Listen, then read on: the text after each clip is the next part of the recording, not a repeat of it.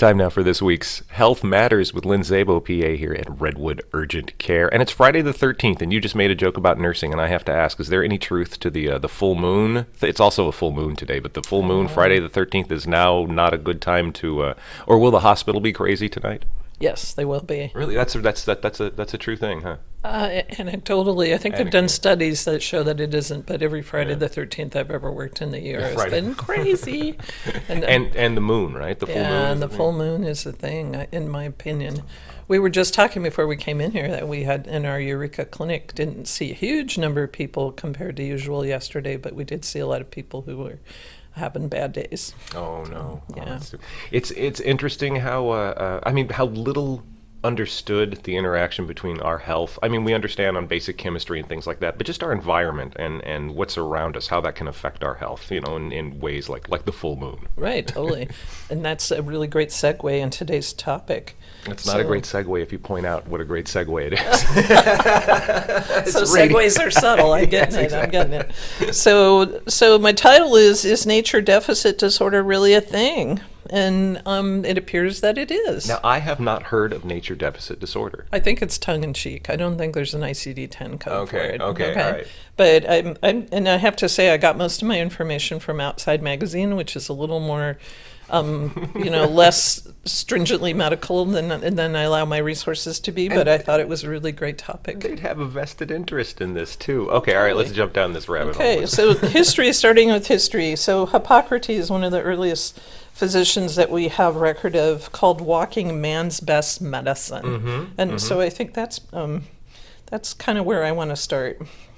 And then also the physicians in the Han Dynasty encouraged outdoor, this is kind of funny, this is their words, frolicking exercises as a way to slow aging, which I think is okay, that's pretty cool. I'm not sure frolicking exercises can be a lot of things. Yeah, exactly. They can be a lot of things, but they're all frolicking, and I think that's where the health benefits reside. Yeah. So, and then historically in medicine, we also read about people maybe in the 1800s and going back to the 1700s who were sick sometimes from things like tuberculosis, who would go to mountain resorts to take the air, or to springs. Certainly FDR was known to bathe in springs. Right. In the South, as part of a treatment for his polio that he suffered with. A specific spring he liked to do, Yeah. I can't remember the name of it offhand, but he actually died there, so I'm not sure that worked too well for him, but he had a different kind of disease, okay? And he didn't die of the disease, he died of a stroke, so. But currently there's about 500 published studies that link time in nature to better health. And there's actually ongoing studies at the tertiary care level, some of them funded by outdoor organizations like REI, but some just kind of part of the usual science machine, that are looking to see if our being in the outdoors, if our being in nature can somehow make us better, from specific diseases to generally better health as we age. So that's kind of exciting. The tertiary care level, we've talked about primary, secondary, and tertiary care. So that means at the big research institutes like UCSF, perhaps UC Davis, OHSU, which is Oregon Health Sciences University, all these big medical centers are looking at that, and that's really exciting. And what's even more amazing is that insurance is starting to cover some of this. Some of what? Some of prescriptions. Oh, for what, vacation? Kind of, but so physicians are starting to write prescriptions, and we'll talk about this more later, but saying, let's say, for your diabetes, I'm going to prescribe that 30 minutes after you eat your main meal that you walk in nature for 15. Okay. So, and insurance companies are starting actually to cover it. And it's not like they're going to cover your surfing vacay to Costa Rica, but, they start to cover things and give away freebies if you meet goals like backpacks or water bottles, or, we kind of see that already. So the app that I alluded to is called Park RX. It's the only app that's available right now, but there's a lot more kind of coming down the line on that one. I actually have it on my phone. I haven't really used it yet, but I get a lot of emails from them encouraging me to. It has so far 1,200 nature prescriptions that were written by healthcare providers in the last year. So Now, it's relatively new. How does it work? Can you say if you've got a condition or some ailment, something bugging you? Can you look that up in the app specifically for a prescription that addresses? Yeah, what it's supposed to be is for your physician. Okay, I think you have to register with So all the numbers. This isn't for like me walking around. No, Let me but check my let's prescription. say you ask your doctor, would a nature prescription help my condition? And so if your doctor is on it and cutting edge, they have this app, and what they do is they're able to say, okay, where do you live? What kind of activities do you like to do? And they make suggestions. So part of what I do here, just because I'm so proud of the area, is I give out copies of how to do my favorite hike at Walker Road. So it's the same kind of thing, but it's more specific to the individual. Let's say a 10-year-old boy likes to play soccer, but can't play at the local schoolyard because he has some conflicts with the kids there. So how do we get that kid to a different park where he feels safer, so he's more likely to go and do his 30 minutes a day or whatever it is? So that's kind of what it's for.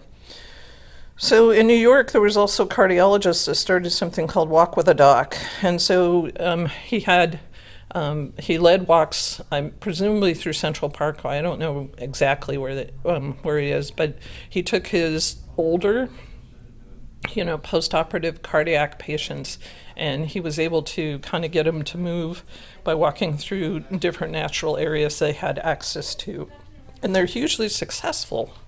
So they get a ton of people. Plus, can you imagine how cool it is to be talking to your doctor, kind of? It's pretty. I know, huh? Let's just go for a stroll and just being bros and stuff. So, yeah, that's cool. And now, then we're talking specifically about doing this in nature. So I mean, like walking, and I've gotten in as I've gotten older too, and my knees have gone. All right, slow up. Walking, is a big deal, and it is very, very healthy. I always discounted it because I just use walking to get places. Right. But no, actually, walking is cool. But does it specifically need to happen in nature? That's easy for us here, but that's not going to be easy for somebody, say, in Los Angeles. Right. So it's easier than you think if you get the Park RX. They actually have a lot of suggestions. But yes, it is. Walking does, for your creaky knees, walking circulates synovial fluid around the joints that maybe have had a little wear and tear on them, and that's actually health producing. But what they think in general, and remember they're still researching this, is that being out in nature specifically is restorative.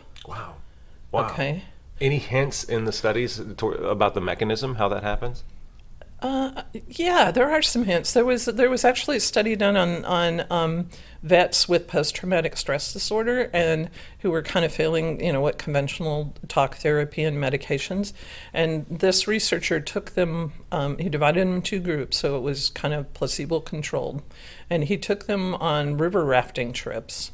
And one of the trips they went on, I guess, had a high awe factor, like AWE. Okay. And so I don't know how he measured that, but then he kind of monitored their symptoms with journaling and interviews and things like that. And what they found is a high awe factor, so awe, like AWE, sure, is associated with decreasing post-traumatic stress disorder kind of symptoms. But you have to be in nature in a non-stressful situation. Right. So being chased by the grizzly bear is not going to help your PTSD. That makes sense. But really, if you think about that, if you've been out in nature, let's imagine being on Walker Road, early this morning as dawn kind of happens, seeing the trees, seeing a little lingering fog, and that feeling that you get in your heart when you're thinking like this is the best it is. Yeah. And so that is a restorative process, and that's what they're looking at, to like how on a biochemical basis does that contribute to this person's improvement? And I guess that's my question, and I hope, and my hope that research will point to that, because I mean it's such a subjective. You talk about a guy who's doing a study and it's relying on journaling and things like this, because you're studying subjective internal states, and you can't. It's not the same as science, but at the same time. Okay, all right. So how does an awe factor translate into healthy processes happening inside the human body? So going back to non-threatening natural stimuli helps by, and they have data on this, decreasing blood pressure, decreasing stress hormones, promote healing of wounds, and probably broken bones and things like that, increasing healthy immune function, decreasing need for painkillers, which could be going back to our toolkit for managing chronic pain, and decreasing inflammation. So a lot of this is why your knees feel better after you've been walking. Initially, they feel worse. Yeah, but doesn't answer my question. My question isn't why, it's how. Well, I think they're looking at that. That's And what I wanna Outside know, Magazine didn't really address that. Let's just cut to the chase. Go They outside. just said generally that it went from depleting body functions to restoring body functions. I think that's awesome. That is a really neat thing. And yeah, that's what's interesting to me about this, is that being in the presence of a bunch of trees actually changes chemical processes inside the they're body. really amazing trees. People come from all over the world. Oh yeah, no, I'm not saying it doesn't happen. Yeah. I've felt it happen. I'm Right, just curious right. as to how it happens. That's all. I don't think they know yet. Yeah. But there's some research going on, and maybe in a year or two we'll be saying, wow. Hopefully, I guess part of me would say I kind of like the mystery in it. Yeah. Because some people would maybe feel a touch of spirituality in there, and I don't know if I want Science might undo that. for to some have people. God explained on a molecular level. Although that might be cool too. That's cool. That doesn't undo it for me. That's just, again, it's not addressing the who's behind it or what's behind it. Just Right. how does this work? Right. How How is does it standing here like getting through the obviously permeable membrane that separates me from the rest of the universe? I think that's a really interesting thing. Wow. Right. Okay. So if you've got some health problems and you're wondering like maybe how you could address them, this is going to be an increasingly important tool. And so if your doctor happens to have ParkRx app on their phone and they say, "Hey, let's talk about being in nature," it's not that woo-woo. Yeah, exactly. It's starting actually to be quite cutting edge. That's awesome. That's Yeah, really, it's really really cool. And you know, we can add that to our own, the appeal of being up here. We could have medical healthcare tourism. Well, the other thing too is the best innovations in medicine are the ones that arise from collaboration between patient and healthcare provider. And I think this is one that the patient could bring to the provider and say, "Hey, I'm kind of interested in this. Can you investigate it with me?" Wow. Right on. So that's cool. So I also wanted to add that we're kind of done with that topic, nature deficit disorder, but I wanted to add kind of we got feedback on the fluoride talk, and I think it deserves some comment. So I think it's fair to, when people are talking about scientific things on the scientific level, is to cite resources. I don't specifically do that. I don't really write a bibliography for these things, but I do think it's fair to say that I get my my information usually from sites like the Center for Disease Control, American Association of Pediatrics, American Medical Association, and American Dental Association, and then peer-reviewed journals that publish medical studies.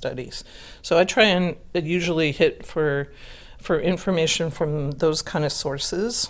And I also wanted to say that calling fluoride by an evil-sounding chemical name strikes me as a scare tactic. Exactly. So I'm going to continue to call it fluoride because that identifies it, and kind of also I think that's the commonly used nomenclature, and I think we should stick with it. You can make water sound scary if you Yeah, the dioxide. What do they call water when they're doing? Yeah, I've seen that online. dihydrogen Exactly. oxide. That's it. Yeah. And then fluoride producers being asked to sign affidavits.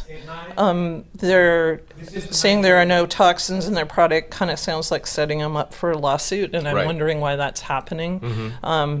So no business would provide that kind of legal documentation. In my opinion, that's also a scare tactic.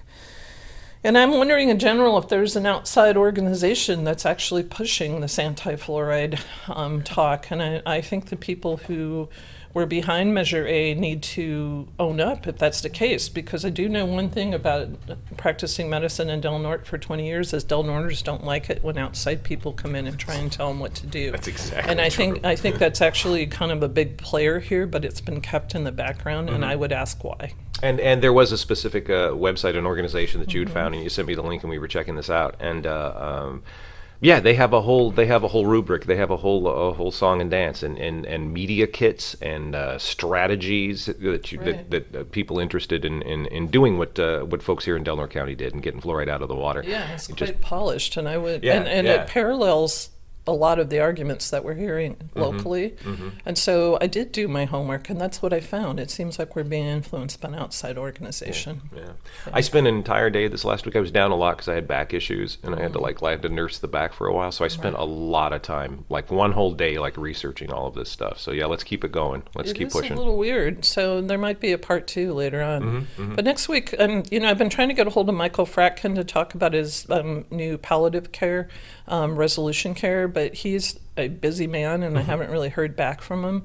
But I was thinking I was going to maybe highlight some of the superstar resources that we have in this community that people may not know about, even on the healthcare provider level. Okay. And so just a little bit Just of a the shout out. folks here, right? Yeah, to people who, kind of like me initially, when I came from Humboldt County to practice medicine here because I felt like the community needed what I had to offer.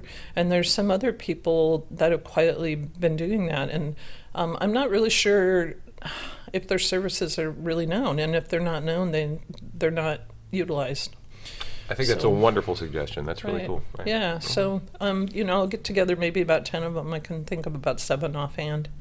The other thing I wanted to add, and this goes to Redwood Urgent Care, we're now doing TB tests. Ooh, okay. Oh, Which good is to know. uber cool because a lot of people going into the CNA program and the LVN program at College of the Redwoods need 2-step TB tests. Two-step TB Yeah, test. so that means they need one, and then they need one 2 weeks later to make absolutely sure. Oh wow! I've never seen that. I Yeah. haven't experienced that. Yeah. I've had to do TB tests as employee, like Right. working out at the prison or volunteering in schools. but I Right. haven't- okay. Right, and the problem is that right now there's a national shortage of TB antigen that we use to do those tests. Oh, wow. And the public health department here has been so kind to give us 3 months worth of TB.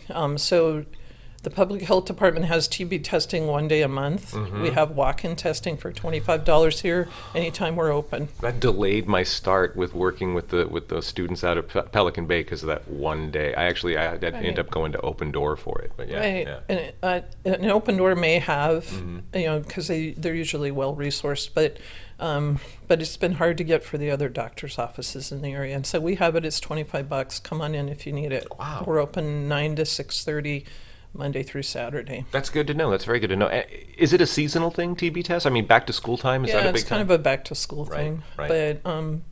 but we get it here and there as people come to new jobs and stuff like that. So. That's a great resource in the community, actually. That's really good to know. And TB we've been test, trained walk-in. by the public health department to administer, and our medical staff here is well versed in giving them. So, All right. yeah. That's Well, thank you very much, Lynn. Is there anything else?